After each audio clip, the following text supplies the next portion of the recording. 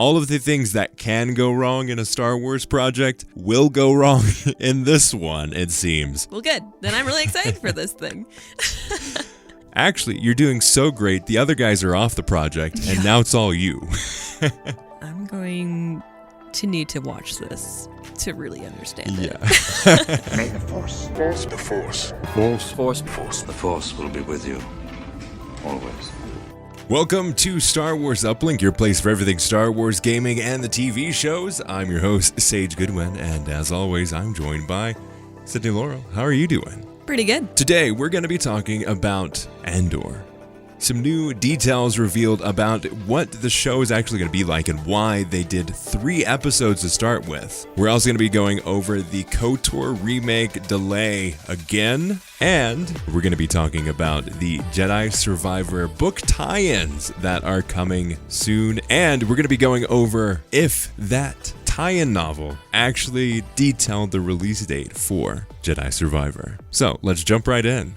Just you reconsider playing that message for him. Knights of the Old Republic, the remake, just seems to be in such a state of Star Wars, just peak Star Wars development. Like, if you were to say, hey, all of the things that can go wrong in a Star Wars project will go wrong in this one, it seems. Because after reports of, oh my gosh, this game got delayed indefinitely, to, oh wait, no, it's still going to be happening, to now we have a little bit more details. I don't think it's officially, but from reports of people familiar with the situation. That sounds so like official newscastery. It is delayed, but not for the reason that you think. It is delayed because they are switching from the original development studio, which, according to reports, Sony and Lucasfilm/Disney are not happy with how much progress they made. So that was the core reason of the delay, indefinitely. But apparently, there was another studio that was helping them with this game. And the game is going to that studio. But according to Jason Schreier, I believe, reporter for Bloomberg in the games department, he says, don't expect the game any sooner than 2025. Oh my gosh. So 3 years, which now that I put into context of 3 years, it isn't as bad as like, for some reason I still think of it as like 2020. Yeah, it still feels far away. Like, I have no concept of time at all. I thought yesterday was Friday. It feels like Tuesday today, and I still think it's like 2019. So that's where I am. But yeah. I mean, at the beginning of 2020, we had no idea. We didn't really expect anything outside of EA from Star Wars. That's true. And for the next 5 years, it seems, we won't be getting anything except for what EA brings us to Star Wars, which it's like nothing really changed, but we are experiencing a different realm of Star Wars now. So we have a lot on the horizon, but that depends on if it is going to get delayed and or canceled. I'm kind of surprised that they would decide to give it to like the secondary people who were helping work on this thing when they were saying it was because it wasn't going fast enough. I would imagine it's because they had, usually in like development and projects and that kind of stuff, you have like check-in points of like, hey, have we gotten these milestones finished? And that secondary studio, maybe they were hitting their numbers, but Aspire, I think it was not. So that might be the reason that they're like, oh, hey, you guys, you're doing great. Keep it up, guys. Actually, you're doing so great. The other guys are off the project, and now it's all you. That's definitely some disheartening news, but it's at least that good that we get a little bit more understanding of what's going on. Yeah. And that it's still happening, because I think that was the key thing of like, oh, hey, who knows if we're going to get this game ever? Right. Yeah. Saying it's delayed indefinitely makes it sound like we're not touching this right now. So it's good to hear that at least someone still has a hold of it and is like, no, we've got it. It's just going to take a lot longer than you thought, sort of thing. Yeah. So that's good. That makes me hopeful. Ish. Exactly. So it's still happening as far as we know. It's going to be a different development studio, and it's going to be a lot later than we wanted it to, because it was supposed to come out in 2023, I think it was. Okay. Or 2024, 2023, 2024 was kind of the time frame that we were expecting it.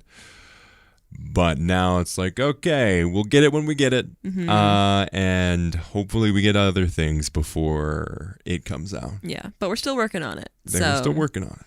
We were talking about KOTOR. You know who worked on KOTOR for a little bit? No, tell me. A writer named Sam Maggs. Sam Maggs. Who had a little bit of controversy just because of the gaming community, just being the gaming community. But fair enough. She got some experience with Star Wars. And Disney seems to be like, oh, hey, you had some things with Star Wars. We have another thing for Star Wars for you. And that thing is a Star Wars Jedi Survivor tie-in called Battle Scars. So it's called Jedi Battle Scars. And it is a tie-in that takes place in between the end of the first game, Fallen Order, and the beginning of the second game. So somewhere in that time frame, the 5 years, this is where this book takes place. So it's going into the details of Cal Kestis and the rest of the Stinger Mantis crew. That's what they've told us. There's a lot of theories kind of floating around this book. And I think it's interesting because in the trailer that we saw Cal. And we saw BD. We did not see any of the rest of the crew, and I think we saw the Mantis ship kind of abandoned. Yeah. If I remember correctly. Is this going to get into the story of what happened? I mean, it kind of has to, doesn't it? If it's still going to be about Cal, then we have to know what that's all about, you know? Yeah. So Sam Maggs, the author, also said this on Twitter of Marin is going to be a key player in this story. Okay. So that will be good. And she also said, if you know the types of stories that I write, you know where Marin will be going, which probably going to have a girlfriend or something is my expectations. Because that's a lot of her style of writing is a lot of like the diversity and that kind of stuff. Okay, but you said that there's controversy with this writer. Now I want to know. What's the dirt? We covered it a couple, probably like 10 or 12 episodes ago, something like that. It's been a while since we covered it. By that time, I've definitely forgotten. Yeah. But to kind of TLDR, what happened, she was a writer for the KOTOR remake. Got into some heat from some past tweets and also some more recent tweets about not really liking the story of the original games and not really liking the original games. People got, oh my gosh, you're going to ruin it. You're going to destroy it. And that was like, you're not going to carry the weight of these games. And I think it's a fair criticism, but again, like most things on the internet, it was taken way too far. Yeah.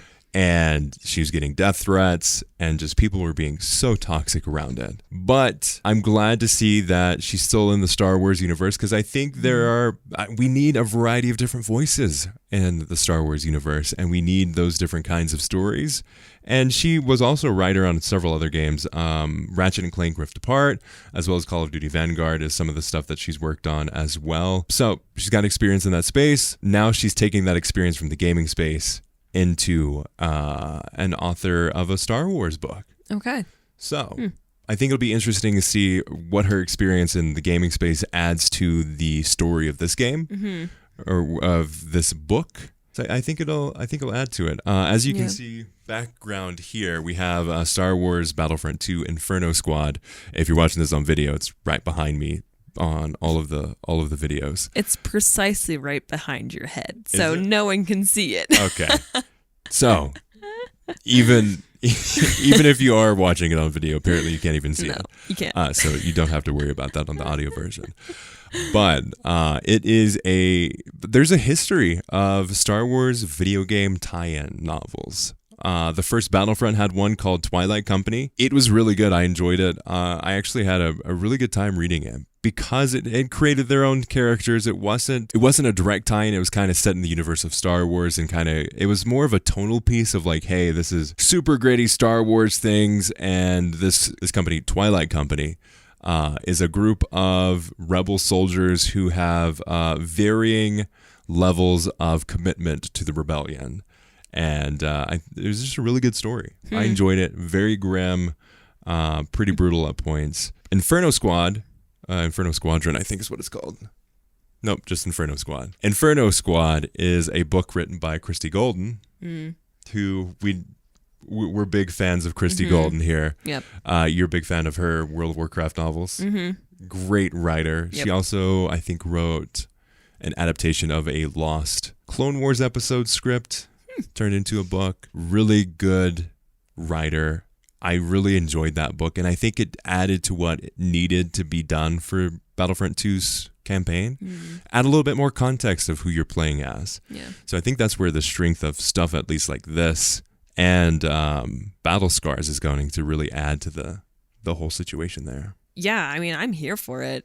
Give me a book any day. I feel like you can just go deeper into characters and just feel more connected. So I'm absolutely, hands down. My only worry about this one is that my theory of you're going back and getting the crew back together sort of thing is not going to happen if we've already gotten this backstory. Like it might not be about that if we already know what happens and it's just gone. You know, like it could still happen. My theory, I feel like, is still strong, but the theory of like in the game you're trying to build up.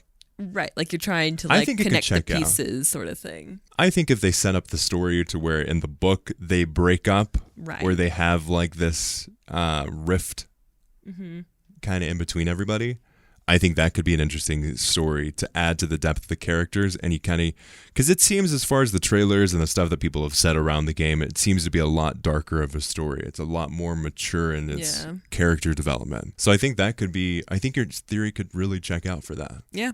Well, good. Then I'm really excited for this thing. But I think it'll be cool to see these or read these characters' voices in a written format because we know them from the games. Yeah. So I think movie, pretty much. Yeah, pretty much. We do have an interesting little tidbit, and this is brought to us by the reporting of Gizmodo. Alongside this tie-in, they're also going to be giving us a art book. And art books, I mean, we have it highlighted so lovingly on our set here at Star Wars Uplink.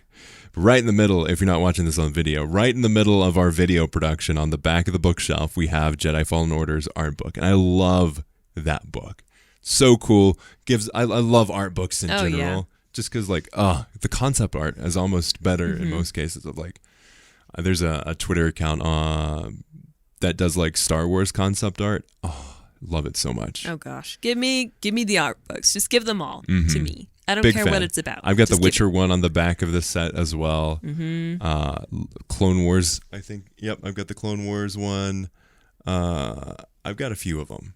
I love art books, but they're also releasing a art book for this. I think that's interesting because the book will be hitting on May 2nd. 2023. And this is where it gets interesting on the Gizmodo article. With how close art books are usually to the release date of the source material, the original Fallen Orders art book came out only 4 days after the game. Ooh. We may be looking at a late April 2023 release date for Jedi Survivor, assuming it doesn't get delayed. So, we have possibly some details on a not announcement. They may have leaked, they may have released the release period of Jedi Survivor through this release date. May 2nd, usually the art books come out around the same time as the release date, either before or after. Could we be seeing a release date for this game in April of 2023? That's that's not far. No, it's not. My only concern or question would be, what if they have to delay the game? It's like, our book releases more set? Like, is that like a hard date? Usually, yes. Yeah. In most cases, I feel like it because it's a lot more of a traditional market, right? Right. I don't think I want it in April. Yeah. I loved playing Fallen Order in November or October, whenever it came out. Yeah. That time period, I love it. I love Star Wars in the holiday season. I think it just works so well. I know the original trilogy and the prequels all came out in the summer, but I've been spoiled on this holiday season Star Wars. Like, it's so good. And it's the perfect gift. So Come on. Just kind of go a little bit like inside baseball here. It could be great for the podcast because usually Star Wars in like spring and summer, it's a little dead. That's true. So we could all be playing video games. Yeah, might have some good content.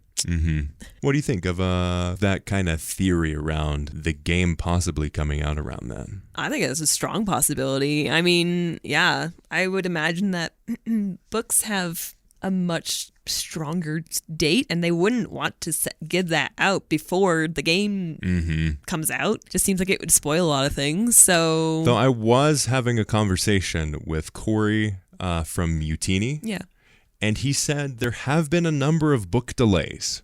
Really? Yes. And usually for the High Republic stuff, the feedback that he gave was usually for the High Republic stuff for their timeline, they recommend, hey, just read it in a release order. But now they can't do that anymore. Because they had a couple books, I think one key book, that was supposed to come out in this specific time frame that fit in the timeline of like, each book comes out is in the order of the timeline. This one came out later. So it is not uncommon, at least in this current day and age, for Star Wars books to get delayed. What is with all the delays? Is this just COVID? I believe so, probably. Also, stay tuned. Next episode, we will be having Eric from Utini on the podcast to go over some highly anticipated Star Wars books and comics. So definitely look out for that episode. We may be getting an early 2023 Star Wars game.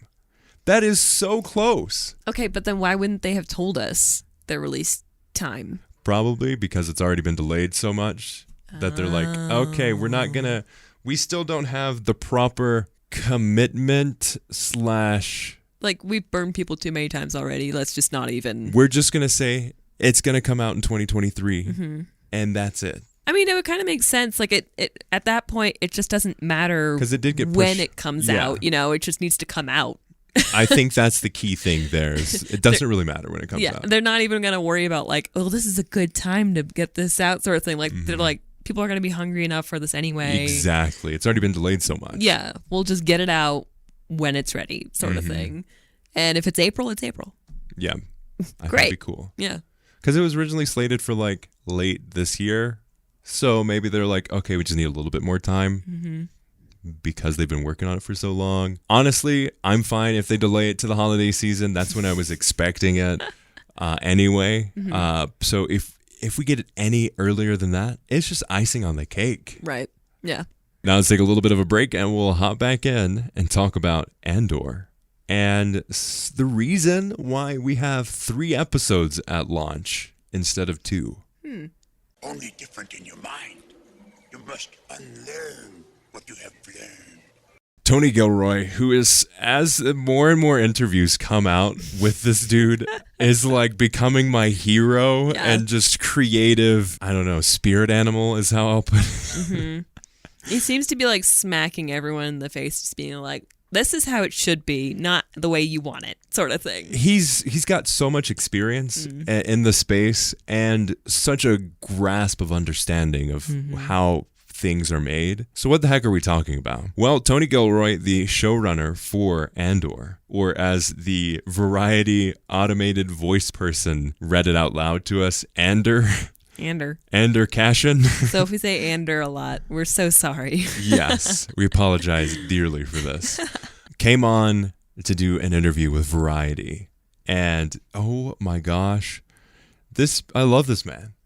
Like, the more and more he straight up says, like, hey, you should be able to watch this show and not give a crap about Star Wars ever, or have ever seen Star Wars. And he also says this show should work on its own. And he also says, I was part of that sentence, the hope, the dream is that the really hardcore Star Wars community will embrace the show in a new way, that they'll be thrilled to have someone come in and completely, uncynically get down molecularly in their world and treat it like a real thing. Because I think that's something that we have not gotten in Star Wars of like, no, we're going to take this seriously, and we're not going to put down the viewer or the world to tell these stories. Yeah. I love too the whole like, this is an uncynical look at the Star Wars, because I think with this setting you could so easily just be super cynical about it and just be like, everything sucks.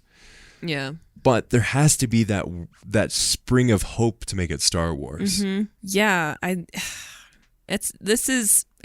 think Andor is going to be really good because they're really, at least with what this article was talking about, it's really grounding it in what, not necessarily what could be, but like what we know life as and what that universe means for just someone like you, like if you were here, this is what it's like this is what life was sort of thing. I'm excited for it. I'm ready for something deeper, and I almost wonder if the show is going to just start to shape Star Wars into something completely new.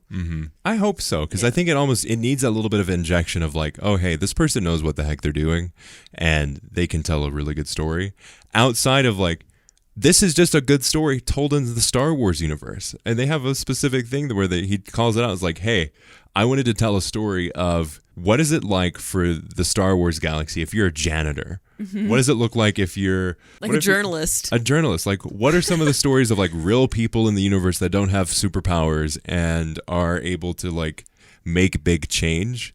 But a big group of these small people can make that change. Yeah. Which I think is really cool. Yeah. I think it's going to be good. All of the actors too are like, I expect to be on this green screen or this like screen thing. And when I got there, like I opened up this bowl and there's like blue noodles in it. It's like they're specifically down to the noodles planning this show. That's got to be our new catchphrase. Down to the noodles. Down to the noodles. Love it. And he also says it's not about one character saving everyone. It's about community. And I think that's what Star Wars is all about. I mean, that's what's bringing us all together on this podcast is the community around Star Wars. And I think everything he's saying is like, we wanted to tell a good story. We wanted to show what Star Wars is truly about. It's not about the Force. It's not about these key characters that everyone knows that needs to be in every single episode. It's about the community coming together and fighting for hope and just community itself. I think it's really interesting, kind of going back to the noodles, that they created a set that made the actors feel absorbed in, like that made them feel like this is a real city sort of thing. Yeah. And I think it's like the micro macro, like to get that in the actors, like to get the actors to feel that way, they're going to be able to deliver that to us so much better. Yeah. So I'm really excited. They can pretend to eat blue noodles. Yeah. Or not. I don't know. But they're there, you know? Like, yeah, I think it's a new level of Star Wars. Oh, I am so pumped. I think, too, it's interesting. We get some key details on the foundation of it. Kathleen, so Tony Gilroy has a bunch of experience in the space, but was also involved in Rogue One. Obviously, with Rogue One, there was a bunch of, as with most Star Wars things, there was a lot of creative differences. There was a lot of stuff behind the scenes that was happening of like, oh, hey, Gareth Edwards, they needed some reshoots. Tony Gilroy came in with those reshoots, and it did very well. So Kathleen Kennedy is like, yo, you up? To Tony Gilroy. And Gilroy's like, I guess, sure. Maybe. I don't know. Why are you messaging me right now, Kathy? And he's like, I remember Kathy saying, it's weird to think of Kathleen Kennedy as Kathy. I remember Kathy saying, what can we do? And I said, well, what kind of stories do you want to do? Gilroy recalls. And she goes, we could do anything. So I said, could you do like Inherit the Wind? Well, Kathleen Kennedy wasn't so pumped about that. Kathleen Kennedy reaches out to Tony Gilroy. He's like, oh, hey, I want to do something like Inherit the Wind. She's not super happy about it. We did a little bit of research, and Inherit the Wind is a 1960s movie that was based on a lot about creationism, these really deep ideas, and trying to put those into a movie and really play on the human aspects of things. She's like, nah, fam, that's not what we're about. That's not Star Wars. We want to do, she's like, yo, great effort. I think you got a career in this space, but just not in Star Wars. But does it have kids? Come back when you want to do K2SO and Cassian Andor like hopping from one adventure to the other. Preferably with a small child. Yeah, usually. Yeah. But this is what the article says. Gilroy, in other words, had no interest in making another grand space saga and moved on. Because that's what they wanted him to do. But by 2018, Lucasfilm began developing a TV series set before the events of Rogue One, following Cassian's life with his trusty droid K2SO. Gilroy wasn't involved. But the studio sent him the script. Quote, it was in the vein of Cassian and K2 are like Butch and Sundance, and they're going to storm the Citadel. Oh, gosh. He says, the material was fine, he adds, but, quote, very hard to sustain over the long haul, which is like, you know, when someone is like, oh yeah, I'm an artist, and they like just started and they show you what they've been working on. It's like, what do you think? That's some great effort. I think with a lot of practice, you can do really good. Yep. Is basically the vibe that I'm getting from this interaction of both of them. This is what the article continues to say. So while professing no interest in the job, Gilroy wrote a long, quote, a long forensic manifesto that not only outlined why he thought that approach wouldn't work, but what he thought the studio should do instead. Quote, it was such a crazy idea. It was so radical, so out there. It's working. He also is like most of the way through. He's in like the midst of this. He's like trying to figure it out. He had a plan for basically the 5 years leading up to Cassian's life. Like, what does that look like? And he wanted the show to end with the movie. Like it leads up to the events of the movie. Rogue One, yes. Realize like, oh, hey, we've got the first season set up and it's going to be, this is where it gets interesting. Why we got 3 episodes, why we're getting 3 episodes of the show at launch. Yeah. The way they've structured it is they have basically 4 stories. So I think it's 12 episodes, right? Mm-hmm. 12 episodes. They've got 4 stories, and each story is told in 3 acts over 3 episodes. So they want you to get the whole story to get an understanding of the whole show. So imagine every 3 episodes is like a whole story. And that is what they're telling. So he's like calculating. He's like, oh, crap. To tell this whole story, we have to do, I'm going to be dead, is basically what he says. And he's like, okay, this is the first show besides Mando that's getting a second season, which I think is interesting. That is interesting. And it's confirmed that there's a second season before the first season is out. Yeah. That's so they nuts. have a clear end. They have a clear beginning. What they're going to do is each story that they're telling, season 2 is going to be telling the last 4 years. So there's going to be a gap of a year in between the first season and the second season. But the second season, every 3 episodes are going to be a year in his life. He breaks it down like, so the first season is going to be like a weekend. It's going to be like Friday, Saturday, Sunday of the first year. They're going to tell a story through that. The second run of stories is told over a week, I think it was, and then another one is like Monday, Tuesday, Thursday, or Monday, Tuesday, Wednesday, Thursday, and then there's like, so they're like vignettes of each year of his life, telling this broader story leading up to Rogue One. So season 1 is 1 year, and it's 4 basically stories around Cassian Andor. It's not 1 year. It is a couple of days in a year, and then you jump to the next year, and then you're seeing just that's for season 2. Oh, that's season 2. Season 1 is it spans a whole year in Cassian's life. Oh, okay. And in 3 episodes.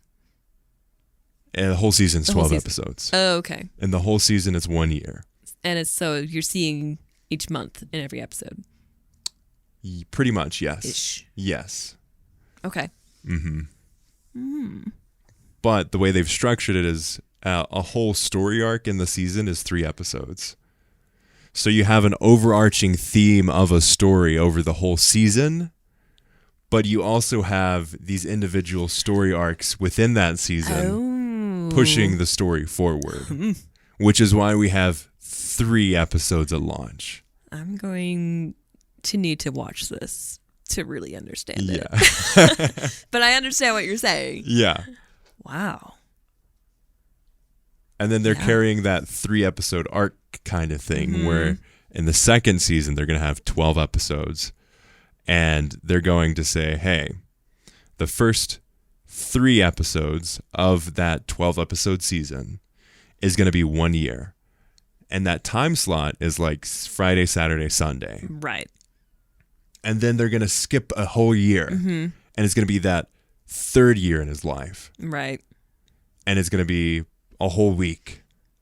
And that's going to be told over 3 episodes. And then it's going to skip a whole another year. And it's going to be like 5 days in that year. I really hope this works. I am so fascinated by this. I am like, what? I need to see this just to know how that works. Like, I don't have anything else to relate that to. It's so exciting. Like, this makes my inner filmmaker so happy of like, they're trying something very different for this show. And I'm all here for it. Yeah. They're doing something very unique in the Star Wars space with this whole idea of we're not going to have Jedi in it. There's going to be no fan service. And it's going to be telling the small stories. It's going to tell it like the journalist, the janitor, the person just trying to make a living in the galaxy, but also wants the Empire to go down. Yep. It's going to be telling those stories. And then they have the whole like inner working outside of the whole like, oh, hey, this is how we wanted to tell this story. And this is how we're going to do it. And we're getting all this detail beforehand. Yeah. Which is the craziest part. I just want to end this episode with this quote from Diego Luna. Star Wars is growing in ways that it can allow itself to have different expressions. We're not part of a saga that doesn't end. Our end is clear. It's as clear as an end can be. Which is like, we want this thing to happen. This is the show that we're doing. That's it. It's so awesome. It's good. It's good. It makes me so pumped for Star Wars. Like, this is what I love about Star Wars. We're gonna have the community together around this thing. We have a very creative person coming in and making something unique and telling good stories. Like, that is what I'm here for in Star Wars. Let's see it. I'm ready. But with that, thank you all so much for listening to this episode or watching this episode of Star Wars Uplink. We greatly appreciate your support. If you're watching this on YouTube, definitely do hit the subscribe button. And if you're listening to the podcast, subscribe for free wherever you listen to podcasts. And like, I was checking on, we got a couple new reviews on iTunes and Apple Podcasts, so we greatly appreciate that. It helps us out a ton. It helps other people find the show. It honestly means the world to us to get that done. And I noticed we've gotten a lot of Spotify ratings as well, so that is a great way to support us as well. It helps us out a ton. Share the podcast with your friends, your Star Wars friends, your family. Make them listen to it on a long car trip if you want.